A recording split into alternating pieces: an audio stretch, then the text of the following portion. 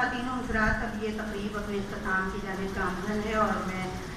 اس وقت ذکر کر رہی ہوں اردو ادب کی ایک اور بہت معتبر شخصیت ڈاکٹر پیرزادہ قاسم رضا صدیقی کی شاعری کی جمالیاتی سطح اور ان کی شخصیت کی نفاست اور سلیقہ ایک دوسرے سے جس طرح ہم آہنگ ہیں، اس نے ان کی شاعری کو ایک ایسا توازن عطا کیا ہے جس سے شاعرانہ امیجری اور خوبصورت استعاروں کے ساتھ قاری، معنی اور کیفیت کی ایک نئی فضا میں پہنچ جاتا ہے۔ اس کے ساتھ ساتھ ان کا شاعرانہ تخیل سائنسی شعور سے بھی ہم آہنگ ہے۔ میں ان کے دو خوبصورت اشعار سنا کر ان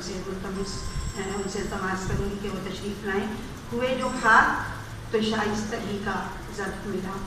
ہوئے جو خاک تو شائستگی کا ظرف ملا، کہ دشت جان سے بگولا کوئی اٹھا بھی نہیں،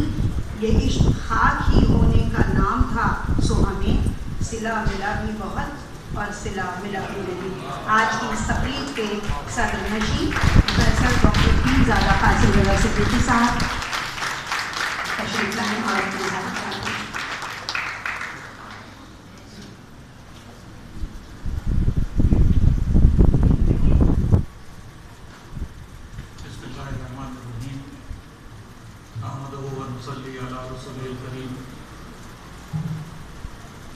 جناب گرامی قدر سحر انصاری صاحب اور جن کی محبت میں ہم سب یہاں جمع ہوئے، تنظیم الفردوس، جناب شاداب احسانی صاحب، شاہدہ حسن صاحبہ، یہ سب ادب کے جانے پہچانے اور معتبر ناموں میں سے، اور حسیب امبرین حسیب امبر، رخسانہ صبا، اور سامنے بھی رؤوف پارک بیٹھے ہوئے ہیں، بالکل تازہ اپنے پیش رفت جو ادب کے حوالے سے اور زبان کے حوالے سے ہے اس کو، اور بہت ہی یہ اس تقریب کے لیے بھی اعزاز کی بات ہے کہ لیاری یونیورسٹی کے وائس چانسلر بھی یہاں موجود ہیں ہماری اس سفر میں۔ حاضرین گرامی، یہ بہت ہی اہم اور یادگار تقریب کے طور پہ آج کا یہ اجتماع ہمارے سامنے آیا۔ کئی حوالوں سے تنظیم الفردوس کی شاعری، ان کی شخصیت اور جو کام ان کی نسبت سے منظر عام پہ آ چکا ہے اس پہ گفتگو ہوئی۔ میں نے اسے بڑے منتخب مجلس اس لیے کہا کہ اس میں توازن کے ساتھ تین نسلیں ہمارے عہد کی موجود ہیں۔ تنظیم الفردوس اس کا محور ہے، مگر ان کے پیش رو جو یہاں موجود ہیں، سحر انصاری صاحب اور دیگر، انہوں نے تحسین کی ان کے کام کو سراہا اور ان کے شاعری کے منظرنامے، ادب کے منظرنامے، اس میں جو کچھ انہوں نے کیا اس کے متعلق بات کی۔ اس کے بعد ایک ان کے صحب کے لوگوں کی ایک نسل ہے کہ جو قدم بقدم ان کے ہمراہ ہیں، ان کے ساتھ چلتے ہیں، بہت سے آگے بھی جائیں گے، بہت سے شاید پیچھے رہ جائیں، یہ ایسا ہوتا ہے۔ ایک وہ اور ایک وہ نسل ہے کہ جو بعد کی ہے، یعنی نوجوانوں کی، جو نوجوان چہرے، روشن چہرے، سوچتے ہوئے دماغ، آگے آنے والی روشنی کی طرف جائزہ گر، وہ سب یہاں موجود ہیں۔ تو میں ان سے پہلے مخاطب ہو کے یہ کہوں گا کہ آج کی یہ تقریب بہترین ہے اگر آپ یہ سمجھیں، اور اس کی معنویت آپ کے سامنے آ جانی چاہیے اور آپ کو اس کا احساس ہو جانا چاہیے کہ اگر آپ یہ سمجھتے ہیں، اس لیے کہ یہاں جو طالب علم ہے ظاہر ہے کہ وہ اردو زبان اور ادبیات اور لسانیات اور سب کے سے ہی متعلق ہوں گے، یقیناً اردو شعبے کے لوگ یا اور جو نوجوان یہاں بیٹھے ہیں، وہ اگر زندگی میں تلاش کرتے ہیں اور کوئی رول ماڈل بنانا چاہتے ہوں اور کسی کو سامنے رکھنا چاہتے ہوں کہ کیسے بن جانا چاہیے اپنے اس آج میں سے آنے والے زمانے میں، جس میں آپ کی معنویت اور آپ کا جو کی جانب سے جو اس سلسلے میں کیا جا سکتا ہے کام زندگی کے معاملات میں، قربت میں، زمانہ اور وقت کے حوالوں سے، وہ سب اگر آپ کو چاہیے کہ کوئی ماڈل آپ کے سامنے ہو اور آپ اسے اس میں جائیں، اس کے پیچھے کہ یہ زندگی کا ایک ماڈل بن سکتا ہے، تو وہ تنظیم الفردوس ہے۔ اس طرح سے آج تک جس دل جمعی کے ساتھ انہوں نے کام کیا تو یہ ایک ماڈل بن سکتی ہے۔ اور ادبیات کے استاد کی حیثیت سے، اب یہ میرا تو نہیں، یہ تو صاحب بھائی کہہ سکتے ہیں، اس لیے کہ ظاہر ہے کہ وہ ادبیات اور اس کے اساتذہ میں بہت اہم درجہ رکھتے ہیں۔ میرا اس سے تو کوئی تعلق ہی نہیں، یعنی اردو زبان مطلب تو اس لحاظ سے وہ میرا اپنا شوق ہے کہ جو مجھے کھینچے لیے پھرتا ہے، ویسے میرا راز تعلق اس سے نہیں ہے۔ مگر میں یہ جاننے کی طرح جانتا ہوں کہ ایک اچھے استاد کی، جو ادبیات کا یا لسانیات یا جو اس کا اگر ایک استاد ہو تو اسے یہ جاننا چاہیے کہ اس کی سب سے بڑی ذمہ داری یہ ہے کہ ایک تو وہ تازہ کار ہو، اسے معلوم ہو کہ اس حوالے سے ہمارے اپنے زمانے اور وقت میں ہمارے اپنے کون سے سلسلے آگے بڑھ رہے ہیں، اسے واقفیت ہونی چاہیے۔ اس لیے کہ آپ ادب پڑھاتے ہیں، آپ زندگی پڑھاتے ہیں، وہ سارے حوالے اس میں آتے چلے جائیں گے، اسے معلوم ہونا چاہیے۔ اس کے بعد اسے اس طریقے سے اپنی زندگی کو ترتیب دینا چاہیے کہ جیسے تنظیم الفردوس نے دی۔ مثال کے طور پہ سحر بھائی نے اس کی طرف اشارہ کیا، انہیں لکھنا چاہیے، پی ایچ ڈی تھیسس کے علاوہ بھی، اور لکھتے رہنا چاہیے۔ تو یہ جو عمل ہے، یہ عمل ایک جاری اور ساری ایک سلسلہ ہوتا ہے کہ جس سے آپ کو لازماً جڑنا ہے، اس لیے کہ آپ کا حوالہ ادبیات کا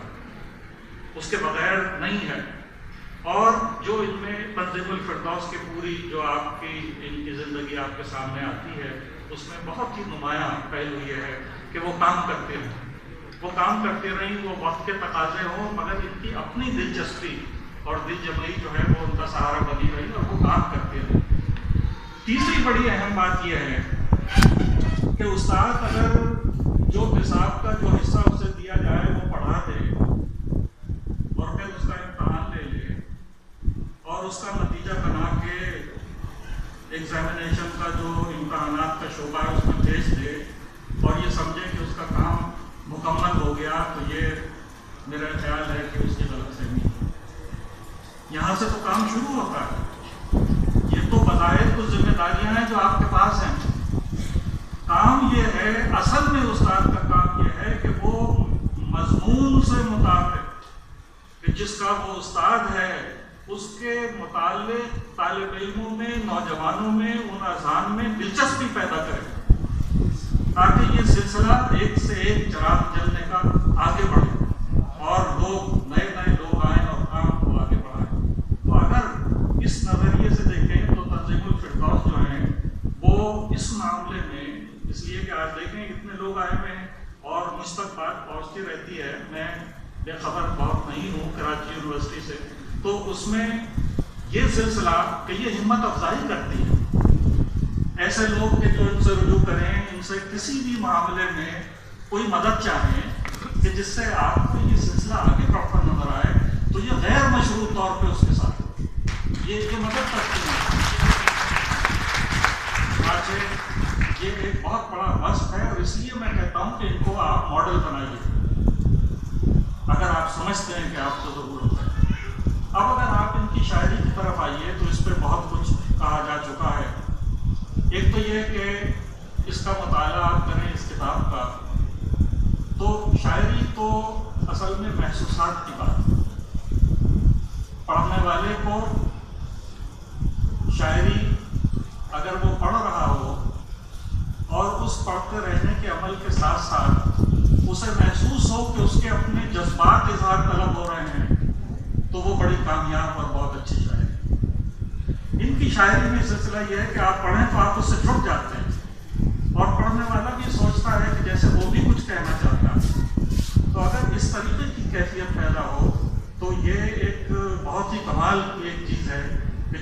دیکھا کہ تنظیم الفردوس کی شاعری میں اس وقت بہت سے اشعار پڑھے جا چکے ہیں. میں فردن یہ تمام اشعار یہاں نہیں دہرانے کا، لیکن یہ ایک کیفیت ہے، ایک دل پذیری ہے، ایک کیفیت ہے، اور اس میں تھوڑی سی ملال آگی ایک سلسلہ کہیں سے آگے جڑ جاتا ہے. نہ جانے کیسے جڑ جاتا ہے. شاید اس سفر کے ساتھ ساتھ آپ ان کے چلیے تو ان کے جو قلب و ذہن پہ جو چیزیں نقش ہوتی گئی اس میں سے بعض بہت دیر بعد تھی، اور وہ ان کی شاعری میں وہ اظہار اس طریقے سے سامنے آیا. مگر میں جو بات کہہ رہا ہوں کہ جو خوبی ہے جو مجھے نظر آئی وہ یہ نظر آئی کہ اضطراب اور اطمینان، ان دونوں کیفیات کو انہوں نے اپنے آپ سمیٹا. مسئلہ یہ ہے کہ اگر آپ اطمینان کی کیفیت میں سمیٹیں آپ ضرور، لیکن اگر آپ اطمینان میں مبتلا ہو جائیں گے تو آپ کو سارے سلسلے جو ہیں، اور اس میں اگر آپ رک جائیں گے تو ہنگاموں میں آپ کو عافیت نظر آنے لگے گی، بے چینی میں آپ کو چین نظر آنے لگے گا، اور آپ وہیں کے ہو کے رہ جائیں گے. اور اگر آپ اضطراب کی طرف گئے تو پھر ہر لمحے کا جو اضطراب ہے وہ آپ کو، جسے آپ کہتے ہیں نا کنکلوژن ڈرا کرنا، آپ کو وہاں لے کے ہی نہیں آئے گا. یہ ضرور ہے کہ اچھی شاعری شاید اس کا تقاضا کرتی ہے کہ ہمارے اندر کا اضطراب اور ہمارے معاشرے میں جو باہر کا اضطراب ہے اسے کبھی کبھی ہم زبان ہو جانا چاہیے. اور جب یہ ہو جاتا ہے تو گنجائش نکلتی ہے کہ اچھی اور اہم شاعری آپ دیکھ سکیں اور سن سکیں. چنانچہ ان کے ہاں جو جس کیفیت کی طرف میں اشارہ کرنا چاہتا ہوں وہ یہ کہ اضطراب و اطمینان، اس کے درمیان ان کی شاعری اور اس کا پورا جو فکری ماحول ہے وہ بنتا چلا جاتا ہے. یعنی یہ اضطراب سے اطمینان کی طرف آتی ہے اور اطمینان سے پھر اضطراب کی طرف آتی ہے. یہ کیفیت جو ہے اس نے ان سے یہ اشعار کہلوائے جو بہت ہی قابل توجہ شاعری کے ضمن میں شمار کیے جا سکتے ہیں. تو میرا خیال ہے کہ تنظیم الفردوس اب تک کہانیاں بھی ہیں ان کی نثری، بہت ساری کتابیں زبان انگریزی بھی اور ویسے بھی، لیکن یہ کہ شاعری میں بھی ابھی انہیں بہت کچھ، میرا خیال ہے یہ انہوں نے انتخاب کر لیا ہے. ان کے پاس کافی کچھ اثاثہ ہے جو میرا خیال ہے کسی وقت منظر عام پہ آئے گا، اور ہم کسی اور موقع پہ، جلد کسی ایک اور موقع پہ ان کی کسی نئی کتاب کی تقریب اجرا اور رونمائی میں یہاں شریک ہوں گے. اور ان کے لیے الفاظ اور تحسین کہ جو ہم سب کے دلوں میں ہے، یہ دیکھیے یہاں سحر بھائی اس کے گواہ ہیں. یہ ظاہر ہے سحر صاحب جو ہیں یہ میرے پیشوا ہیں، ہم ساتھ ساتھ تو تھے مگر یہ پہلے سے شعر کہہ رہے ہیں. سو ایک زمانہ ایسا ہے کہ ہم ساتھ ہیں، مگر ظاہر ہے کہ وہ شعر پہلے سے کہتے تھے اور ہم نے بہت وقت گزارا. تقریبات جو ہوتی ہیں اس میں ضابطے کی کارروائیاں بہت ہیں. آپ کچھ بات طے کر لیجئے، دعوت نامہ بنا لیجئے، مگر جیسے میں آج یہاں دیکھ رہا ہوں یہ زحمت بھی ہے. آج کے زمانے میں اتنا سفر کر کے آپ آئیے، ایک جگہ جمع ہوں، پھر وہاں ہم بیٹھیں، 1-2 گھنٹے تو تقریب چلتی ہی ہے، پھر کچھ انتظار کا وقفہ بھی ہوتا ہے. یہاں سلسلہ یہ ہے کہ لوگ کہتے ہیں کہ 6 بجے کارڈ پہ لکھیے تو 7 بجے کا ٹائم ہوتا ہے، 7 بجے شروع ہو جائے. یہ سب بھی ہے، مگر لوگ خوش دلی سے یہاں آئے. یہ خوش دلی جو ہے یہ بہت مبارکباد پیش کرتی ہے آپ کو. اور جس تقریب کو طاہر انصاری صاحب اور شاداب احسانی صاحب، امرین نظیم عمر، پروفیسر شاہدہ حسن اور ہماری جو ناظم ہیں رخسانہ صبا، اس طریقے کے اگر لوگ مل جائیں گے اور پھر ایسے سامنے کہ جو یہاں بیٹھے ہیں محبت سے، عقیدت سے، احترام سے اور کچھ اس سے جڑ جانا چاہتے ہیں، تو وہ سب یہاں آ گئے ہیں. تو میں آپ کو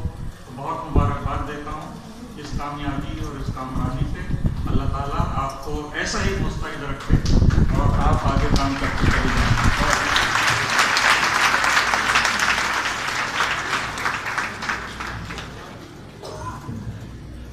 آج کی یہ تقریب اس لحاظ سے منفرد ہے کہ یہ 3 نسلوں کا اجتماع ہے اور تنظیم اس تقریب کا محور و مرکز ہے۔ اضطراب اور اطمینان ان دونوں کیفیتوں کو بیک وقت تنظیم نے اپنی شاعری میں سمیٹا ہے۔ آپ نے خوبصورت اور اثر انگیز گفتگو سنی۔ آج کی اس تقریب کے صدر جناب پروفیسر ڈاکٹر پیرزادہ قاسم رضا صدیقی کی، جو ضیاء یونیورسٹی کے شیخ الجامعہ بھی ہیں اس وقت، اور تقریب کا اختتام پھر تنظیم کے انہی 2 اشعار پر جو ہم سب کی آرزو ہیں کہ دھوپ میں برسات کا منظر بدلنا چاہیے، اب ہماری ذات کا منظر بدلنا چاہیے، پتھروں میں زندگی کی لہر دوڑانے کے بعد برف جیسی رات کا منظر بدلنا چاہیے۔ آپ سب کے آنکھ کا بے حد شکریہ، شاید آپ کو